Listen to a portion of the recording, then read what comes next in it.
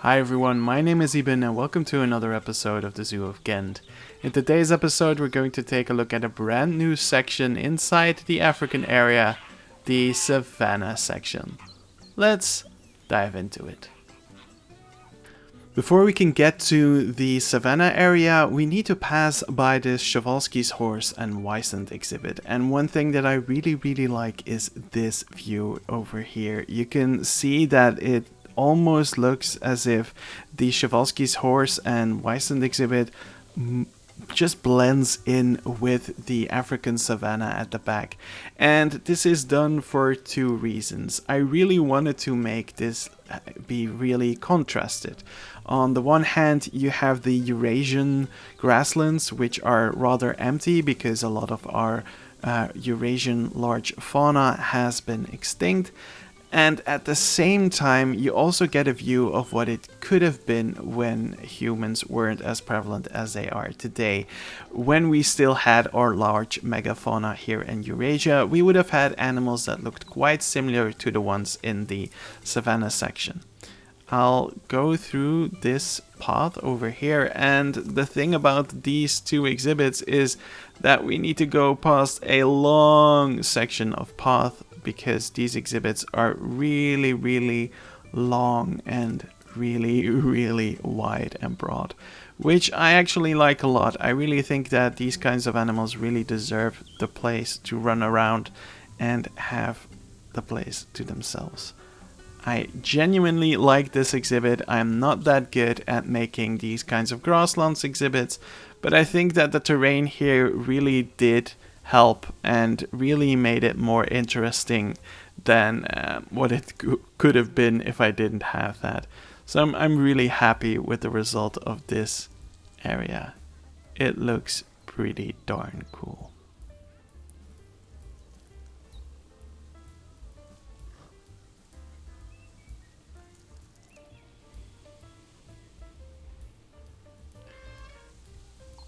But as we move on, we'll go and walk towards the Savannah exhibit. And the cool thing about the Savannah area of the African section of the zoo is the fact that it's basically just two exhibits. But these exhibits are big enough so that you can have an entire area out of it and that you can never really feel bored. There is so much to do here and so much to see. We have a whole bunch of different animals with the South African giraffe over here, the Dama gazelle, the ostrich, the giant eland, and wildebeest as well, which you currently can't seem to see. Which is perfectly okay because there's a whole bunch of viewing areas for this exhibit. Let's move towards the next viewing area, which brings us to one of the first spots in this area for the guests, and that's the first small playground. This playground blueprint was made by just Goron, and the other one you'll see will be made by him as well. And if we turn around again, we once again have the ability to watch all these African animals. And again, you have that cross view with the Eurasian Grasslands exhibit, which I really like. And what I also really like is the fact that now you can actually see the barrier that you couldn't see before. I really like it when zoos have these kinds of tricks, but I also really like it, maybe it's just me, to be able to see it work in real life, to see the actual mode that is there. And as you can see, there is actually a staff path over here, which is also really nice to see.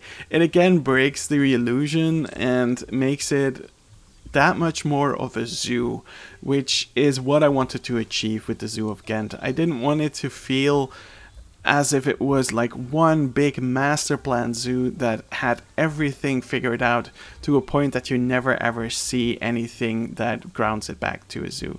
You can see the stables of the Przewalski's horse and the Weisand, and you can also see the stables for the Savannah exhibit right over there. So that grounds it back to a zoo level. And what it also does over here is we have a giant food court which is something that I intentionally put over here because it makes the most sense to me. It is such a good and nice thing to have when you're eating lunch and you're able to watch over a large savanna exhibit. This is completely inspired by the big food court in the Zoo of Arnhem, Burgers Zoo, and there's the wildebeest in the back, because I really like that. It's such a nice place to have lunch, and the view that you get there is absolutely amazing. So I really wanted to use that kind of setup right here as well. So this entire area consists basically out of a big food court. That's like 1/3 of the entire section here, which I don't mind. I think it works really well.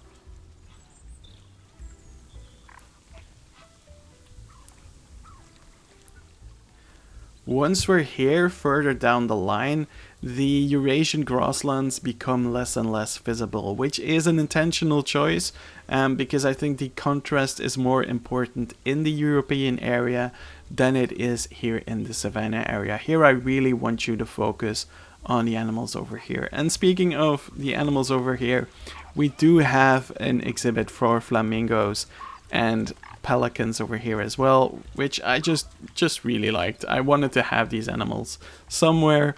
I especially love the pelican mod, so I just had to include them here. It is such a lovely exhibit. Now you might have noticed it in the back over there, but this is a building that they're currently working on. This used to be a pure wooden shed, and they are currently working on making it look like the rest of the area, which is again something I really enjoy. As you can see, this is still a zoo where they are actively working on things, and it's not something that's been finished for years and years now. I really like the bucket on top of it, and the thatch color is different than the other thatch because this is a recent change. Another thing that I really like is this view over here. It shows so much zoo. You have the stables over here, you have Iben over there, you have the mesh that will keep out the markhor, and behind it you have the big restaurant building in the Asian section. Again, very much a zoo feeling that I really like to see. It again grounds it so much, which is my goal with this zoo, as I mentioned before.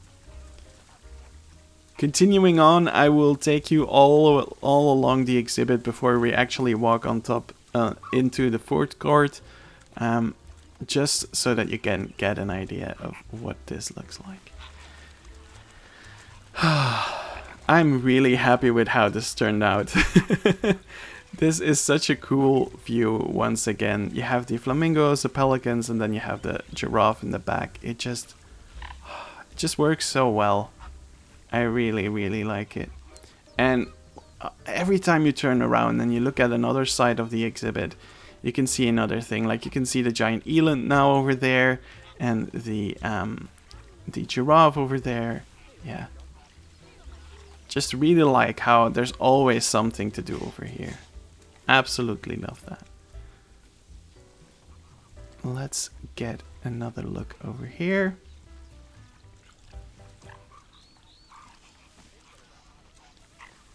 And would you look at that?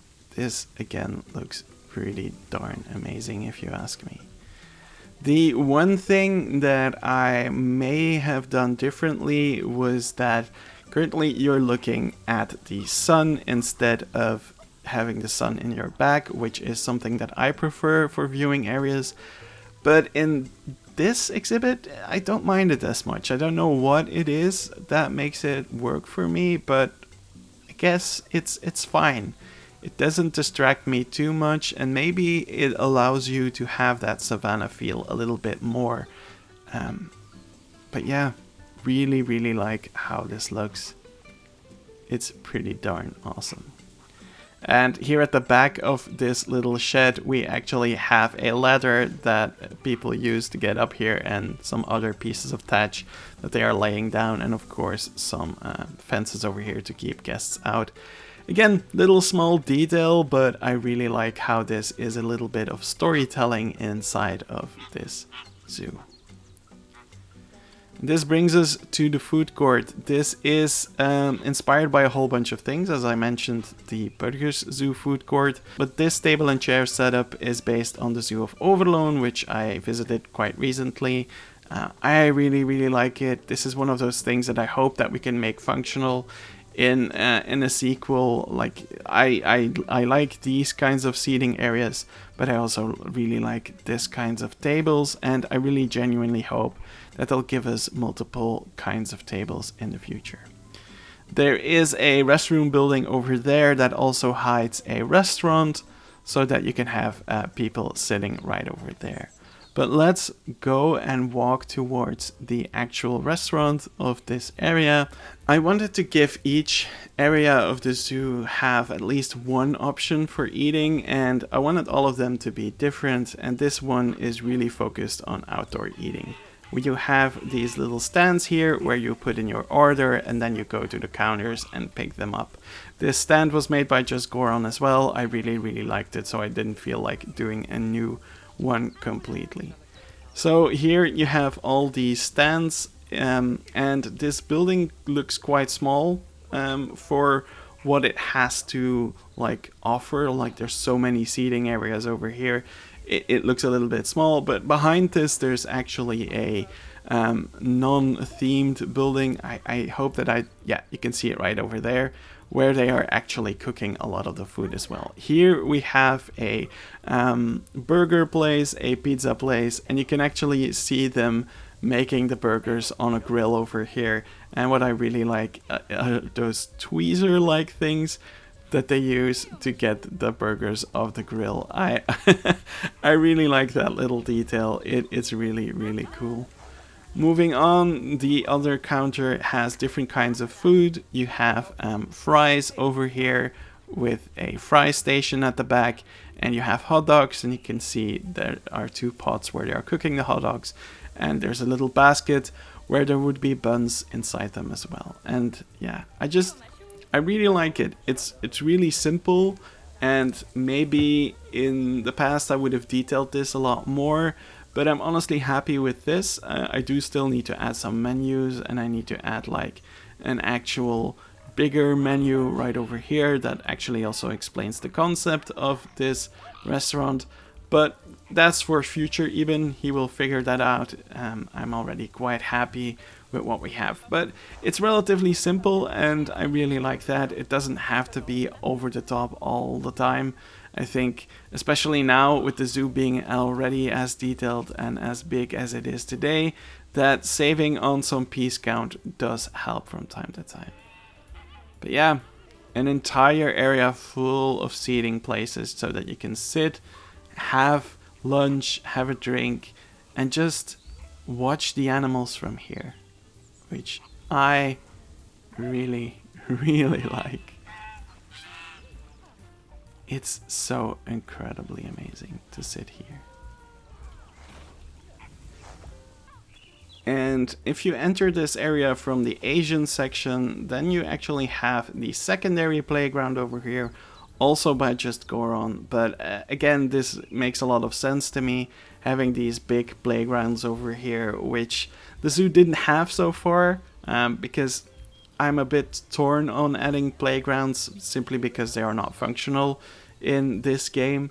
But again, it feels logical to have in a zoo of this size.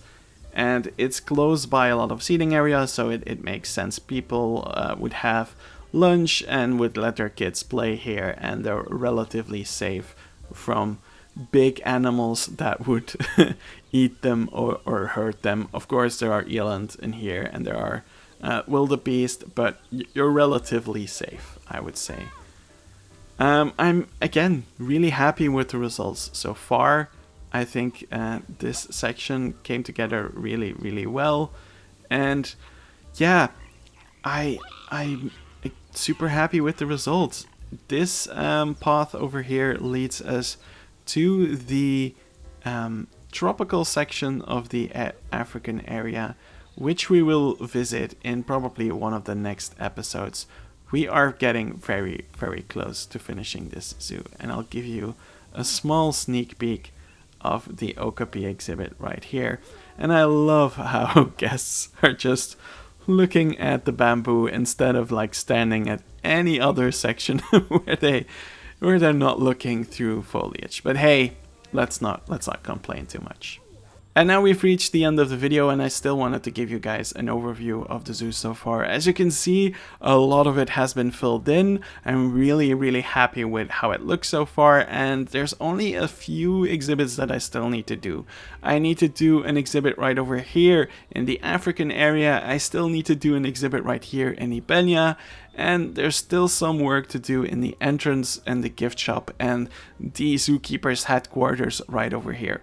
After that, the Zoo of Ghent will be finished, and I think I'm going to look for another small side project that I can work on until we finally know when Planet Zoo 2 gets released and I can move on to the sequel. I'm really happy with this zoo though. I think I've done some of my best work in the zoo, even though I didn't go as detailed as I used to do. I'm still really happy with the fact that I was able to basically finish a zoo within less than a year. I'm very proud of myself here. So thank you all so much for watching. Do everything you want to do, like, comment and subscribe, and see you all in the next episode of the Zoo of Ghent.